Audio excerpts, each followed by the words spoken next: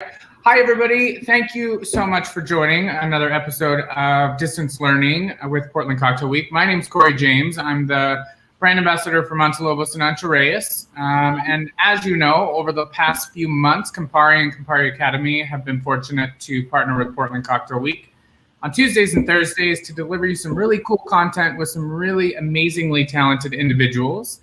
Not one, but two I'm going to introduce to you today momentarily.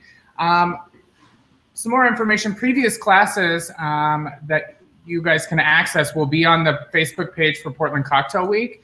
And today's module is actually sponsored by Ancho Reyes. The story of Ancho Reyes begins in 1920s Puebla, where the Reyes family was able to utilize one of Puebla's most plentiful crops, the poblano chili, to make this beautiful concoction that we know today as Ancho Reyes. This neutral cane-based spirit is perfect for mixing, and it does impart some heat to give you a deliciously spicy cocktail. But with Ancho Reyes and Ancho Reyes Verde, it's not always about the heat. There's some other flavor profiles behind that heat that are amazing cocktail elevators. For instance, Ancho Reyes Original, you'll receive beautiful notes of tamarind and cinnamon, and Ancho Reyes Verde, tropical notes with grilled pineapple and some bittersweet herbaceous notes. Now, speaking of the talent of the day, I'd like to introduce to you Danielle Crouch and Allan Katz. Hi, guys. How are you? Hey. Awesome. How you doing? Good, good. These two are literal powerhouses in our industry living in sunny Las Vegas, Nevada. They own Jammyland. If you haven't been, please go. This week for Portland Cocktail Distance Learning, we're talking all things dessert. So today we're going to kick it off with ice cream for their course called Coupe to Scoop. Now, if you have any questions, please feel free to toss them into the thread for Danielle and Allan, and I will address them at the end of this class. And also, please follow them on Instagram.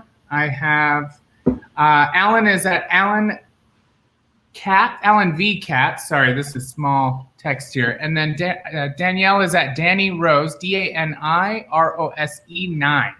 And then also Jammyland, JAMMYLANDLV. And then also please follow Campari Community to see the cool things that we're up to now and in the future. But Danielle and Allan, this is all you. I'm going to leave it up to you. Please take it away. Okay, well, thank you for that gracious introduction. And yeah, we're going to be talking sorbet and ice cream for dessert week. And firstly, why make ice cream in your bar? It's a couple of good reasons. One, it's a comfort-driven treat, and while the world is literally and figuratively on fire, we could all use a little more comfort. That's why chefs that are generally known for more adventurous pursuits have been hewing closer to comfort foods. And for us, there is no food more comforting than ice cream. What did Grandma Jane always say about it? Fixes everything. It's a curative. Yeah, absolutely. Life is always hard. Just eat more ice cream. 100%. Yeah, words to live by. And based on that, you know, if ice cream can fix what ails you, then even more historical fix for what ails you makes it even better. So there are those reasons. It's also an awesome way to use leftover juice or solids from syrup production. So hat tip to Baricano when we hosted Baricano here in Las Vegas at Jammyland. Actually, that was our very first shift. First event. First ever. What a way to kick it off. And Nickel Morris, he got into his moon juice and all these wonderful ways to make a greener bar program. And it got us thinking about pulp. So pulp is going to be a starring ingredient in our first demo today. But before we get into that, we also want to talk a little bit about modifiers. From season to season, we tend to swap things out, and modifiers that were great for last season don't necessarily translate to the next one. And that collection of stickies can grow and grow. Now more than ever, we all need to turn everything in our bar to money. So what better way to revisit modifying spirits that made unforgettable cocktails in seasons past by making unforgettable sorbets and ice creams in the present. Lastly, if you're at a cocktails only venue, when somebody says, "Don't you have anything to eat?" ice cream isn't necessarily going to sate their hunger, but it is a wonderful way to transition from cocktails into something semi-solid. And it's certainly better than a pandemic PB&J. Also, it offers something unique to sate the sweet tooth, especially if your program doesn't veer sweet at all. Ours doesn't.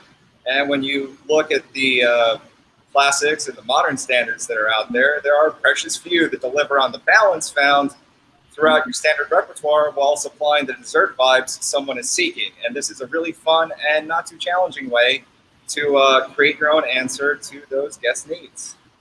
Lastly, if you're in a bar and restaurant situation, it can help relieve some pressure on the kitchen. And most importantly, allow for some more distancing back there. Here at Jammyland, we had to radically redesign our menu and actually even the layout of our kitchen to provide our cooks with their 6 feet of masked breathing room. We were able to do that in our little space, but it could be very challenging in others. And this is a great way to free up some valuable square footage in pastry/garde-manger. And, it never hurts for your chef to love you.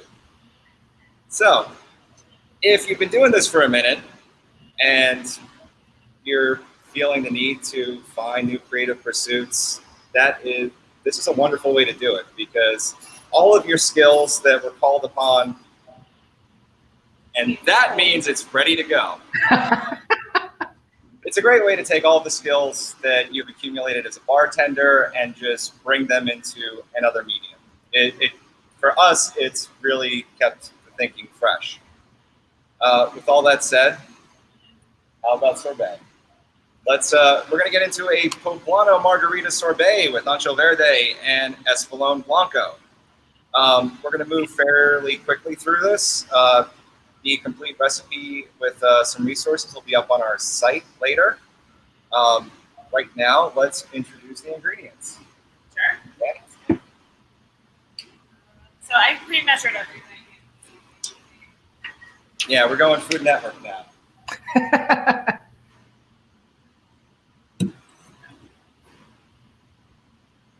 Important thing when making ice cream or sorbet, you want every ingredient to be as cold as it possibly can. It's going to aid in the cohesion, and you're essentially taking disparate things, putting them in one vessel, mixing them, then freezing and churning them. So starting out with your spirits in a freezer is highly advised. Everything else being as cold as it can be without actually freezing is also the jam. So, anything I'm missing here? Nope. Pulling all the juice and everything out of the fridge. Spirits are in the freezer, ready to go. That little ding you heard was pre-chilling. The bowl for the ice cream maker. The one that we have here has a condenser, so you just press a handy little button and it does it for you. But I think Allan wanted to talk a little bit about how you can buy ice cream makers that are a little more budget friendly, where you just put the bowl in the freezer overnight, and it's just important that it's already cold. Yeah, so with like the overnight process machines, mechanically they're very similar, but keeping the bowl chilled, especially if you're doing multiple quarts or different flavors, you would have to have like a little arsenal of bowls ready to go, sanitized and frozen. If you want to do it back to back, Yeah. Otherwise you just do like 1 or 2 batches a day, depending on how your prep cycle goes. So we're starting with, for the margarita sorbet, this sort of came about because there's all this extra pulp that generally goes in the trash when you have a fresh juice program because you're fine straining for cocktails, and we wanted to use that. So it's real heavy on the orange pulp. So this is 12 ounces of just orange pulp that would have otherwise been not usable. And so I'm pouring this into the Vitamix right now, down below. And there.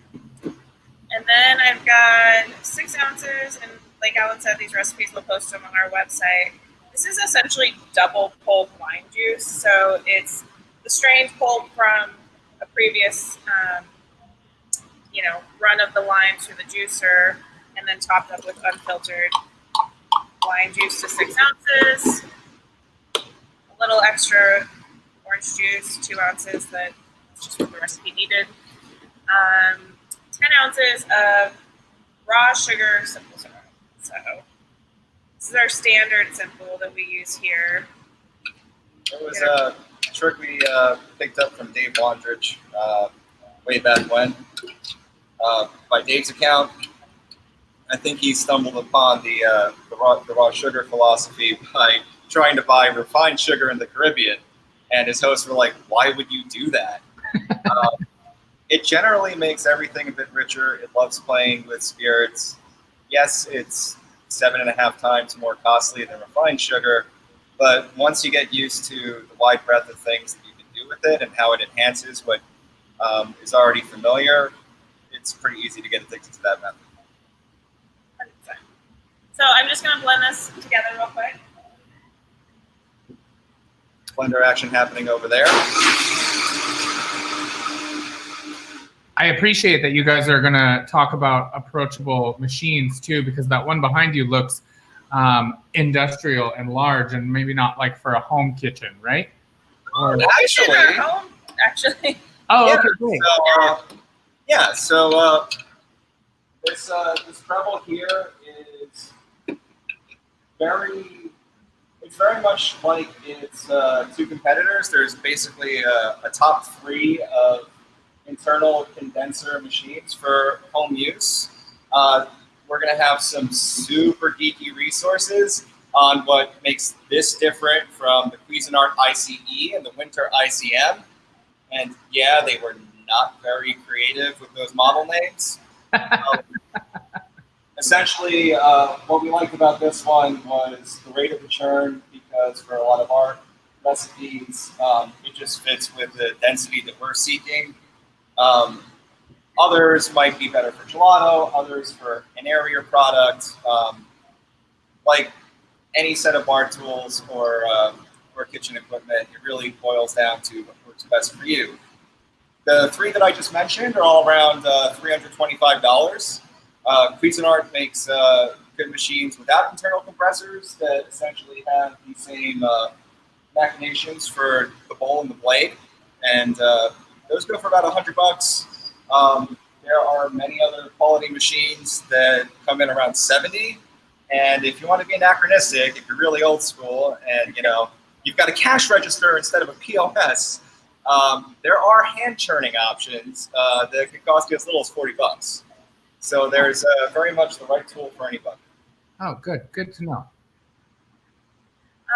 Then I'm adding egg whites. So we got 2 organic egg whites here, and this will just help to bind everything together, help it stabilize. You got one more blender, okay? One more.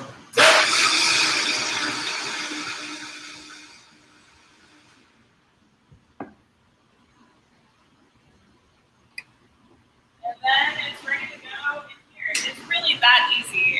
And as far as the citrus goes, you can just Get a bar spoon around there, so get a little demo of the consistency. my tag bar spoon for Tony a little corner. Yes, Tag Barware, the finest barware out of Las Vegas, Nevada, from the one and only Tony Ebugano. He's our mentor. Tony brought us together. He brought Danny with him to New York when he was opening Bar Milano, and he gave me a shot there too. Yeah. Brought us together. So, literally, this morning,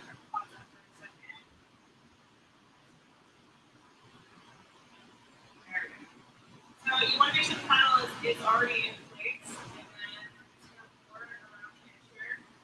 Wow, that is quite the machine.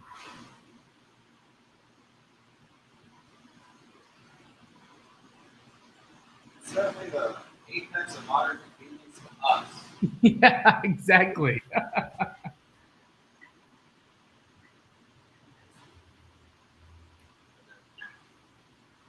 We're just gonna lock it in place. We're gonna set this to sorbet. And we're just gonna start. And it's gonna do its magic. It's gonna churn and freeze at the same time. And that's what it's not that. And then with boozy sorbets and ice creams, generally you're going to want to add the liquor closer to the end. But you can't add it once it's already frozen. I mean, you can add it once it's already frozen, but you're most likely going to have to reblend it and then let it spin all over again. And the more times that you spin it, you're going to get more air, pockets and things, which is not the end of the world. Like Allan said, you get real geeky about all this stuff, but it's also very forgiving, if that makes sense. Yeah. You know? Like you can start over? Is that like you can? You can totally start over. You can Yeah. just add more sugar if it needs it. You know, worst case scenario, you just end up with a delicious boozy milkshake, which is not that big of a deal, right? So, It worked for me. for sure, we had been making a lot of ice creams and sorbets and testing and having fun. Making the most of being closed when we were completely closed during quarantine. And then we had a power outage and we lost all of it. So that was pretty disappointing, but we just drank it. So then you had Not one the more. healthiest thing to do. Oh, it's all good.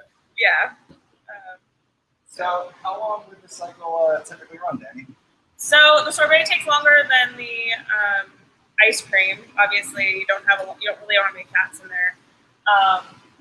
This is going to take about an hour, and obviously we made some that you guys can see. We're not going to sit and watch it spin for an hour, but The magic of television. right. So about 40 minutes in is when we're going to add the booze, but you're going to just watch the consistency. It should be firmed up but still spoonable when you add them in, and it's fine to sort of help it through. For this sorbet, when that time comes, we are going to be adding, of course, Ancho Reyes. Whoa! You just pulled that out of the drop freezer. I did. Why was it in the freezer? Like we said, it has to be cool. Yeah. It's called underscoring in the business. I know this is your first live televised appearance. Come on. So let me ask you guys a question. Did you have to adjust the sugar content in your ice cream because Ancho has sugar? Thank you for asking that. Great question. Let's see. You definitely have to adjust sugar anyway because it's a frozen product, and much like blended drinks in the bar, you need more sugar, which as you start to freeze things. The Ancho Reyes is only a small amount, so little goes a long way. I think we ended up putting, let's see, half an ounce of Ancho Reyes to 4 ounces of Escalon. Okay. Which of course is, sister. They're fine products. Yeah, new sister. And a little Grand Marnier. Rounding that out. The orange pulp, the heavy orange pulp is really supposed to mimic the orange liqueur. I mean, you can't go too boozy or else it'll never freeze, right? Yeah. By definition, triple sec is bone dry. That too. Yeah. So basically, we are going to let that go for a little bit, and then we would add the alcohol and let it keep going until it's hard. Will the machine tell us when? It will. It looks like a fancy machine. I'm sure it will. You heard earlier about it being pre-chilled. It'll give you another one. It'll ding when there's a time to add mix-ins, which the survey we didn't add any, but you could. I mean, Yeah. I don't know, little poblanos or something to go with it, or Adam would just throw gummy bears in there. that might. Yeah. Frozen gummy bears would taste good. That's true. But again, So that's you Adam. I'd say I would. So you can chop up like actual pieces of fruit, not just pulp, and throw that in there to make it like Absolutely. cherries or poblanos, as you said. Yes. So one of our first batches, we actually tried that out where we blended. Well, we tried just putting the pulp in. Yeah. And then it kind of froze and it was weird and chewy, if that makes sense. So then but we sort of liked it too. So then we did one where we split it in half. And so we blended up half of it and then we poured some pulp back in, which came out wonderful. For this class, we want to make it much simpler and a little more straightforward for people Right. to actually hopefully try to make it at home. There's so many recipes you read and you're like, no one's going to make that because it's just too complicated. Yeah. Not that adding more to pull back in later makes it too complicated, but it's nice to start with something very simple. Yeah. You know, like a daiquiri, if you start out with a really accessible base that leaves plenty of room for interpretation, you'll get endless delicious variations out of that. Yeah. So these recipes are really engineered for everyone being able to take them on their own pursuits. And please share them with us via Instagram. Definitely. And I think you mentioned like the roasted pineapple notes in the Entrerios Verde, so like that would be delicious. Maybe some candied roasted pineapples. Yeah. Totally. Candied roasted pineapple was a byproduct of one of our syrups. Exactly. So this is kind of how we went down this rabbit hole, is trying to use up all of the other products that was just kind of, you know. Oh, buffalo. Yeah. Just a little buffalo. Shall I grab the sorbet? You want to grab the sorbet first? Or get the ice cream going and then we'll side by side them? Sure. Cool. So, similar process. We're going to get all the components of the ice cream into the blender, and let's intro those components. So this one's very simple. I do have a question for you. Yes, please. This is an easy one. I know that you want them at the end, but this one is just about what sorbet or ice cream will be on the menu this weekend. Hopefully the Entrerios one. Are you flying out? No, not in quarantine. We'll be serving both for these. Yeah. And the next one we're tinkering with, we'll get into that later. That's really fun too. So, what's going in first, Danny? Okay, so again, we were kind of going for quick and easy. If you look up ice cream recipes, the majority of them are you cook a base first, creme anglaise, and but this is really geared towards being able to execute these behind your bar. Yeah. And so this doesn't require any cooking, and basically what gets you the little cheater ingredient there is sweetened condensed milk. Okay, so you're adding your sugar by doing that. Oh my God, will you let that? Yep, got it. So we touched on it earlier when we had a IG Live discussion with Lindsay from Lush Life. The countenance of your dairy ingredients is important. So it's organic sweetened condensed milk.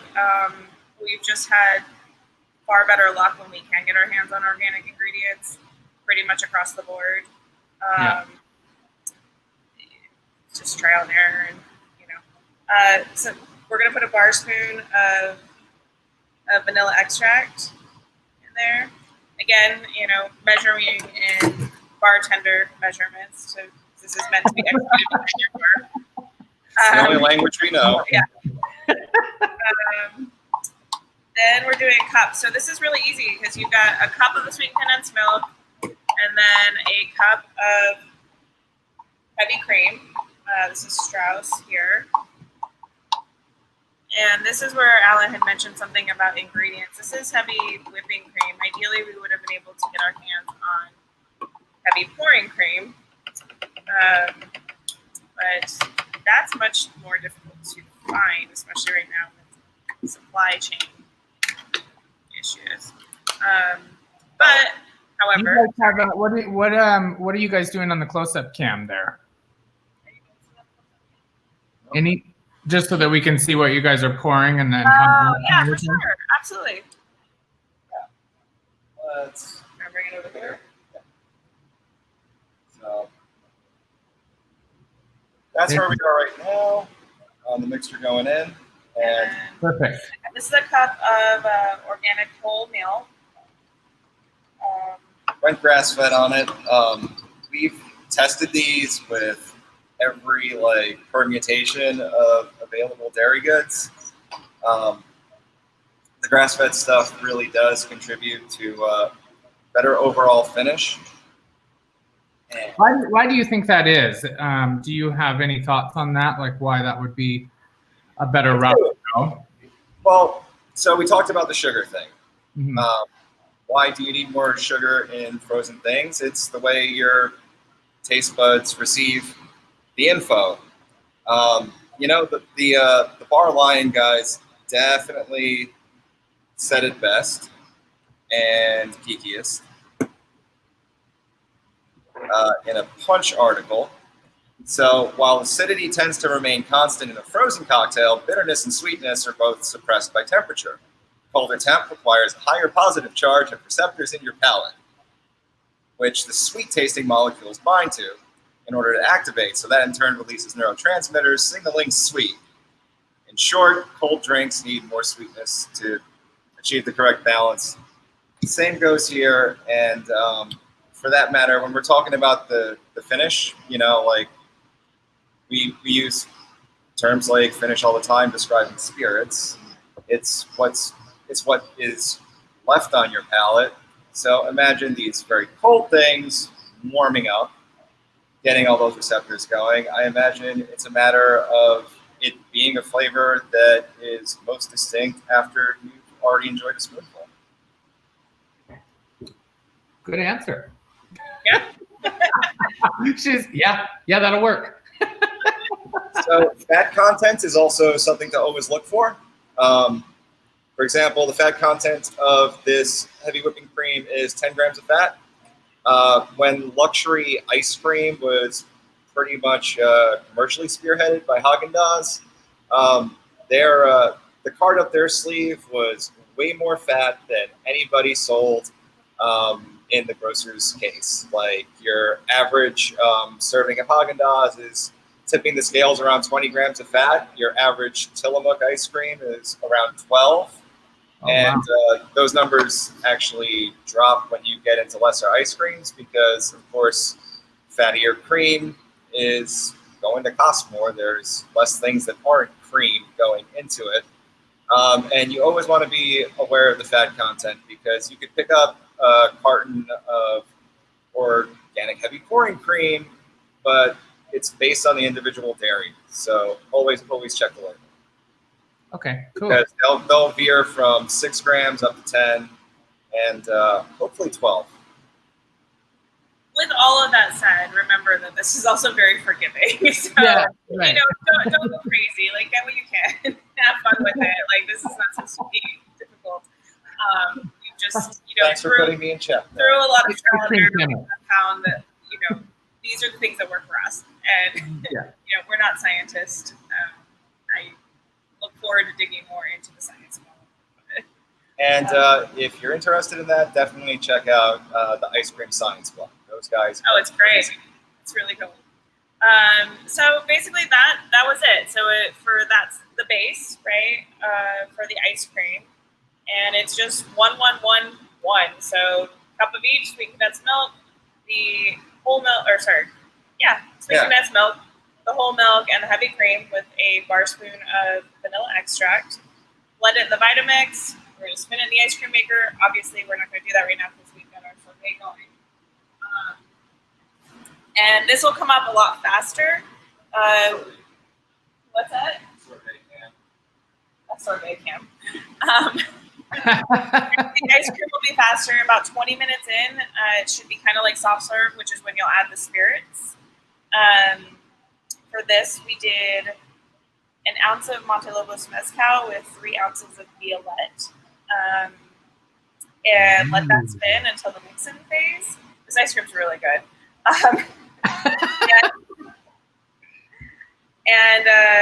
Just let that spin, let that firm up. It'll let you know when it's time to add mix-ins, like we talked about before. And for that, we did, vanilla wafer crumb and honey and pastis, and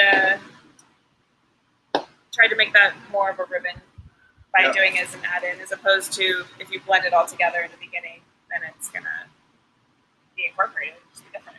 Right? So I'm gonna start driving there as soon as I'm done with this. I'll be there in 4 hours. Okay. Time. See that? We'll be here. We'll be waiting for you. So, is it honey right out of the bear? It is not. It is our honey syrup, which is 3-to-1 organic clover honey to hot water. Make it pourable. I mean, again, it's easy because it's already what we're using in the bar, so we just grab what we have. Totally. Yeah. I think that making things easy is of the utmost importance to actually executing something like this. It's hard. Like, yeah, let's not make things harder. It's already hard. Yeah, I think that's it for that. So basically the 4 ounces, you're going to end up with a quart. That's actually something good to talk about. So for this machine, well, really for any machine, whatever your final capacity is, you really don't want to put more than about 75% of that volume into the machine so it can expand. So we're going to end up with about a quart of ice cream or a quart of sorbet when we're done with this, which, you know, if you do 2 scoops at 4 ounces, you're going to get 4 servings. So we're basically talking about an ounce, a little over an ounce in each serving of alcohol, which is pretty respectable. Yeah. I've had luck doing, actually it's where we started doing this, is getting things extra boozy. And young bartenders always have something to prove. it was that. It was just really fun if this was literally the strength of a cocktail. And generally our cocktails are 2-ounce pours, so we wanted to get the ice cream to a 2-ounce base spirit essentially, and it won't freeze if you just pour it in there. So we decided that we would add gelatin to let it infuse with the alcohol ahead of time. Wow. And then we strained it out, but enough of it had dissolved in the alcohol that it helped it to incorporate. And I think the aha moment for that was Jello shots. How did Jello shots harden? And it worked, and that was pretty fun. So that was our strawberry bitters based ice cream. We did a Manhattan ice cream. It doesn't work as well with sorbets. We tried to do like a snappy gin thing that just couldn't get to. There's some error here. Yeah, well, It's fun, right? Yeah, so, maybe the fats have something to do with it. No. Totally. Yeah. Totally. So yeah, if you want to go to even boozier, it's definitely there for you. There's other stabilizers out there that you can play with. Yeah, all kinds of gums. Xanthan, carrot. The list goes on and on. This is, again, if you're in like a restaurant bar setting where working with your culinary team is super helpful because they generally have all kinds of fun stuff like that in little jars that they rarely get to use. They get weirdly excited when presented with the opportunity. For sure. So, shall we try it? Yeah, how about that? All right, so while Danny's going off screen to our bigger freezer, I'd like to talk a little bit about packaging it. So when you retrieve what's essentially soft serve and you set it to store, using stainless works really well because, of course, it's extremely conducive to temperature. Would you mind holding that guy up? So you're going to want to wrap it like you're going on a catering gig because no air getting in or out. Right here, it's like an unboxing. Oh, here's an unboxing. Right? Yes. Yeah, I might some help in there. That'd be great.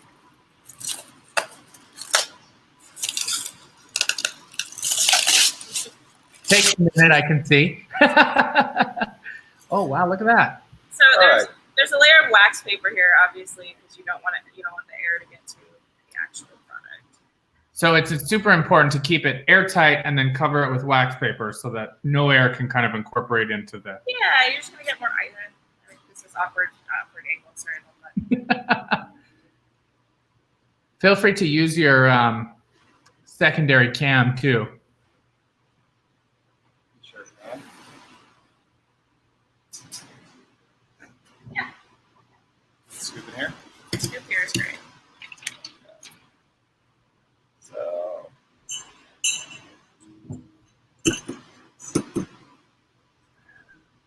I want to let this temper for a sec. Wow, look at that. Yeah, if I was a better assistant, I would have definitely pulled it out to temper.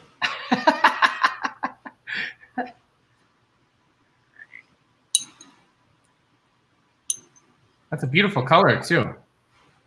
It really is. You want to each have a scoop? Or? Yeah, man, I'm hungry. It's breakfast this early for us. Yeah, it is super weird being awake during day walker hours. Maybe can you guys turn it so it's horizontal so it fills the whole screen there? Or Or is that, there we go. there it goes. All right. Let that So. be.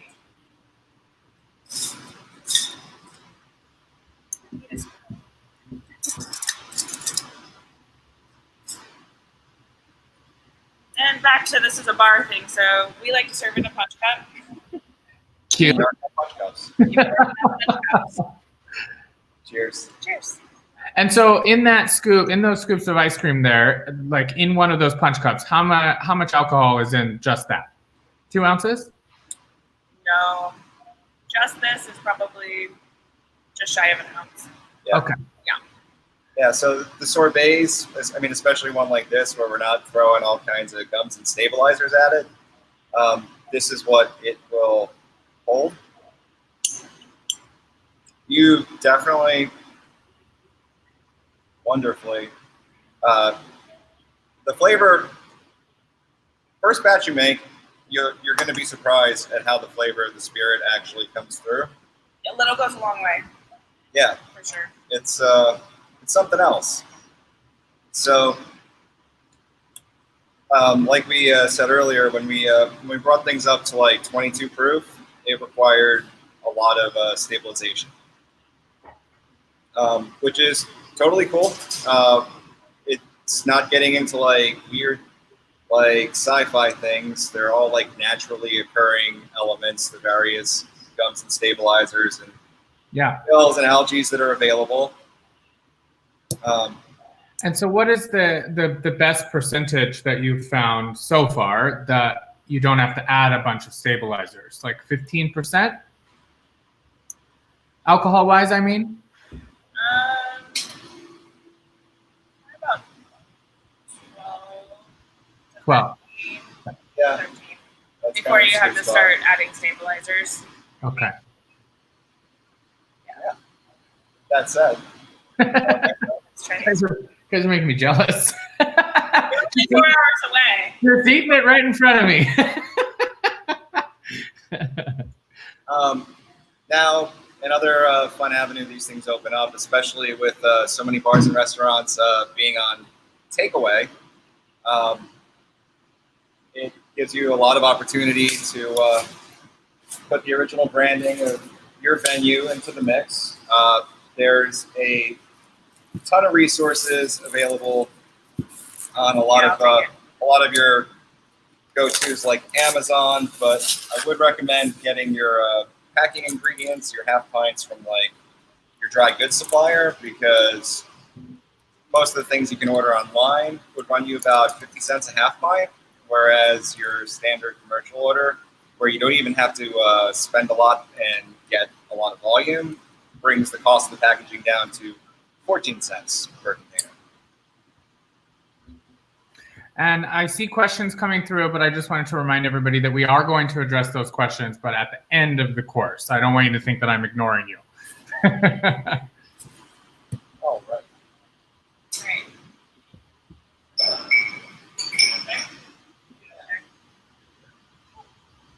So we use bitter fruit peel in this batch.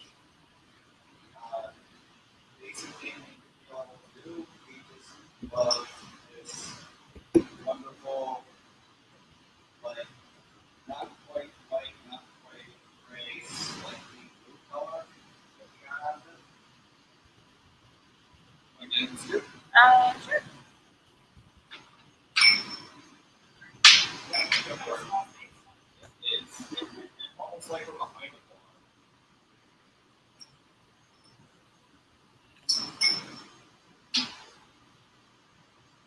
Ooh, that looks delicious. Now, what was in this one again?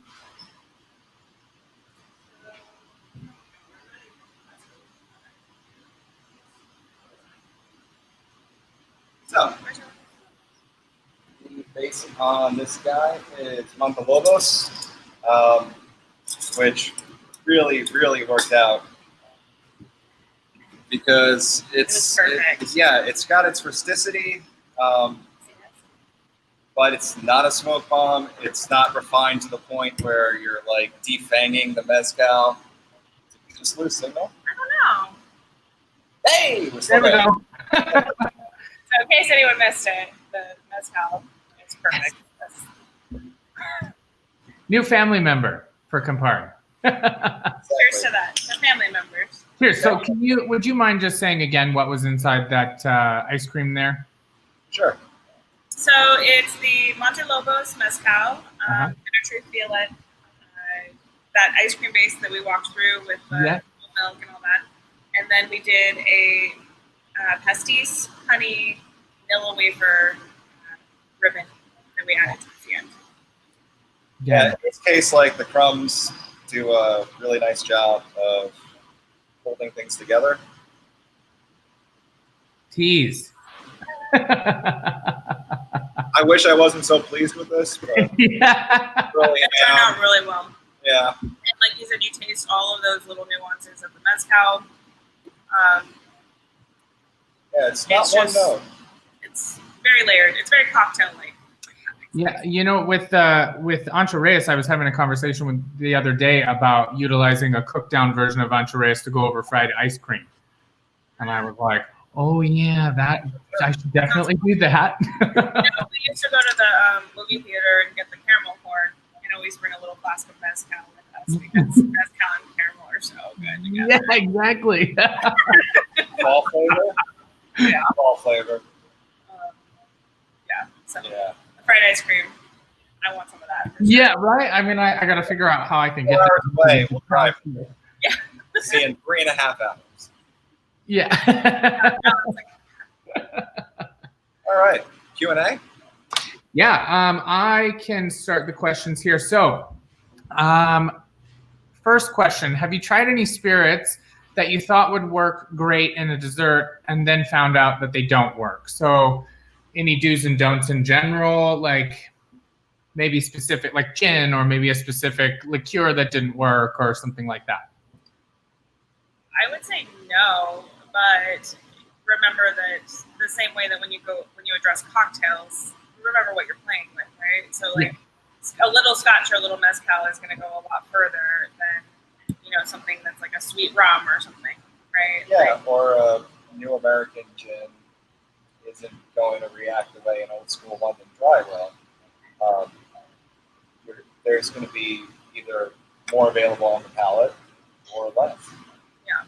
You know, we could be talking like 4 botanical Tanqueray or 12 botanical, whatever else came out. For sure. You know, probably don't put overproof booze in here. Just make your job harder. Yeah. Then it becomes not forgiving. Yeah, exactly. However, if you're playing with the quantity, you know, Yeah. it could work. I haven't tried Gray and Nephew yet, but Gray and Nephew banana would be It's got all these awesome banana notes already. pretty So sick. again, you're trying to approach this in a bartender mindset. Where what are these? Oh, let's say a cocktail, right? Why not turn it into an ice cream? So if you have banana notes on Ray and Nephew, then obviously maybe Ray and Nephew would be awesome in banana ice cream. Yeah, I mean, like this ice cream was the result of thinking about it more like a bartender than say a pastry cook, because you know we're sipping the spirit. We're saying like, all right, hey, I really like these floral notes. Hey, let's pull Violette into the conversation. I want to emphasize that. I think the smoke is going to layer in nicely with the cream, so let's make sure we use like a really rich cream in the base. It's neat. It goes back to what we said earlier in the intro, where you get to employ like all of your cocktail thinking in a different medium, which in turn goes back to, I think, enhancing the way you mix when you're just working with spirits again. I think the reason that we got excited about this in the first place is when I got into bartending and loved it, had to create things, I just read cookbooks and noticed that there was a huge correlation between what worked in a pastry specifically, like desserts.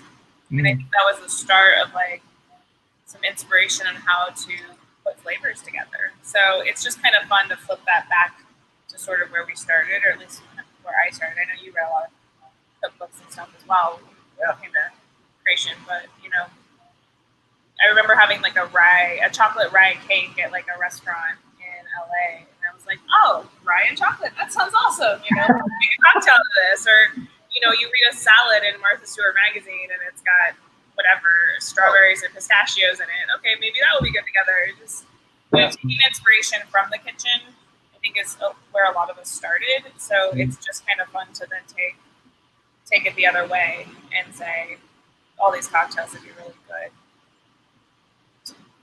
Go in the kitchen. I mean, that literally is how I do it too. I went to culinary school, so like my idea of making a drink is like, oh, these food items I think would taste well together, so now I'm going to translate it into a cocktail. 100%. Yeah. I do. This was a question that I had too that I actually did not know the answer to. What is the difference between whipping cream and pouring cream? So it goes to the processing. Like typically the pouring heavy cream has a greater fat content, and it's processed a little less than the whipping cream. I see. So that's ostensibly that's what makes it more stable. Okay, simple enough. And then another question: do you find that acid acts as a flavor booster in sorbet and ice cream recipes as opposed to sugar or fruits with high acid? Damn good questions. Yeah. Cory, can you please repeat the question for Danny? Yeah, of course. Do you find that acid acts as a flavor booster in sorbet and ice cream recipes as opposed to sugar or fruits with high acid? ? so like using the whole fruit versus using like the juice, citrus juice? Yeah, I think what they're asking is you find that acid, acid acts as a flavor booster. So if you're using lemon or lime juice or grapefruit juice, like when you're using hard citrus in a cocktail, it often amplifies other flavors. I think that might be what they're asking. So are you using the acid to amplify other flavors, or? I would say that, at least in my experience so far, it's surprising how static acid is when it's translated towards ice cream and sorbet. Like the bitterness it's no more sour or bitter than it would be in a cocktail. So it's not really brightening things up as much as like the other ingredients kind of have to work against it. Like on draft 1.0, we figured like, hey, a lime pulp, when we were like sketching it out, maybe like orange is in the background. And when we got to the finished recipe, orange was way in the forefront because the little bit of lime went a very long way. Right. So I guess like if you're making a lime sorbet, that little bit of lime will go a long way. But if you're making a strawberry sorbet, you would still have to add lime juice in addition to strawberry, or you would just add strawberry? I would add lime juice, yes. Okay. Because you want it to balance, just like a cocktail. And the balance is going to be upside down, right? You want more sweet than sour. Yeah. Frozen. Absolutely. I would also point out that blending the pulp added a nice bitter element to the sorbet that just using the juice won't do, because you're getting the pith and everything else. Okay. So this is your friend. Okay. Like you can do a lot of, you can add a lot of grace notes with just a little bit of zest, either in the mixing phase or right there on the serve. Okay. And then is the booze flavor more concentrated with less volume in a sorbet over a slushy? So do you get that big burst of flavor in your sorbet? I know that in a slushy, I can taste the booze a lot more. Is that because it's not quite all the way frozen? I'd say there's more booze in a slushy because you're keeping that slushy churned, and you're not going for like a harder consistency. It's pretty warm in here in the middle of the day, and this is still like really holding its form. Yeah. And you taste the tequila, like it's pretty strong. Yeah. I don't think we've done a flavor where I wasn't surprised at like how much of the base spirit came through in the end, even against all the other ingredients. It's really wonderful because especially like with the mezcal, all the nuances and undertones that really pop, and you could probably lose in a cocktail depending on what you're putting in it, volume and all of that. Totally. It's actually really cool. And that was sort of You kind of just have to change you have to change it a little bit based on making sorbets or ice creams, but it seems like it's pretty similar to balancing drinks. absolutely. Yeah. Once you start figuring out the ratios that really work for you, like just like making cocktails, then replication and variation is all the fun stuff that follows. Just remember when you're tasting the base, it's gonna taste too sweet. Yeah, of course. Yeah. And then can you explain which machine you're using specifically and the reason why you use that specific machine? Well, Why you chose that one? Just because I would choose that because it's a Breville. I was gonna say, That's the since reason, yeah. you're the sponsor and Rebel isn't, it's a machine that we're familiar with, and we love the guarantee from Sur La Table. There are reliability issues with so much of Rebel stuff, but being able to swap it out as needed is honestly like the linchpin for us with that. But we also just, again, familiarity was number one. It's what we started out using and got used to. I'm looking forward to trying some other machines. There's a couple Italian machines that are more gelato biased, and since we're always going for density for most of our flavors, that might be cool. And availability, like this thing is everywhere. The Cuisinart is mostly mail order. I mean, I guess I'm just kind of old school like that. I like being able to go back to the store if something's up. We like being able to return it in person. But it's something to really consider. It's like, every printer dies on you, and then it's like, cool, it's got a warranty, but you have to ship it back. Yeah. Well, I can buy a new printer for less money. Yeah. So you're saying ease of access and it makes a difference for us. Yeah. It's like when a band comes in, they blow out an amp, and they're like, "Oh, you got the warranty on it, right?" I'm like, "Yeah, but I'm not gonna get it back for Guitar Center for a month, dude." We have a Guitar Center right by my house, so also not a sponsor. And then I think the last question that I have here is, do you need a taste tester? That wasn't from me, but also, do you need a taste tester? We do. Always. Currently, Friday and Saturday evenings. Yeah, Friday and Saturday nights is when you Exactly. And these first paid position. These are $18 each. No. Well, I love it. I mean, I just love ice cream so much, and sorbet now too. I mean, I think a lot of people have a hard time with the lactose and stuff, so it's nice to have an option that doesn't have the lactose in it that people can have. Thank you for bringing that up, because I think that was the last point on our leaderboard. We haven't really explored going fully plant-based with things like intentionally. For example, we used egg white as an emulsifying agent in the sorbet, but I don't see why we shouldn't be able to rejigger it with aquafaba. When you think about aquafaba, it was originally used as a pastry ingredient anyway, as an alternative for getting a good souffle to rise without going on the vegan thing. What's that? Is that the buzzer? Did we just get a buzzer? That's my doorbell. Brittany, and also it's so funny how the timing worked out. Brittany's popping in to close you guys out because I am a little tight on my schedule today. But thank you for letting me hang out with you guys today and learn a little bit. And then Brittany, thank you for popping in to take it away. Well, I'll do my best Cory impression. I appreciate you guys. Have a great rest of your day, and I'll talk to you soon. Likewise. Thanks, Cory. See y'all. Hey, Brittany. Hi, it looks like I got here in just the right time to just continue to be jealous of your desserts, and Cory got through all the questions beautifully, so I really don't have much to do except for thank y'all for your time. Any last ice cream words before I tell the people that we appreciate them watching? Be kind to each other. Eat more ice cream.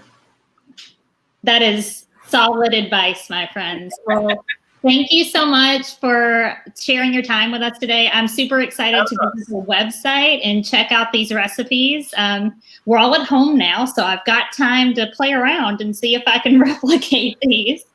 And thank you to Campari, Montelobos, Anto Reyes. If you're not already, follow Portland Cocktail Week here if you just happen to tune in.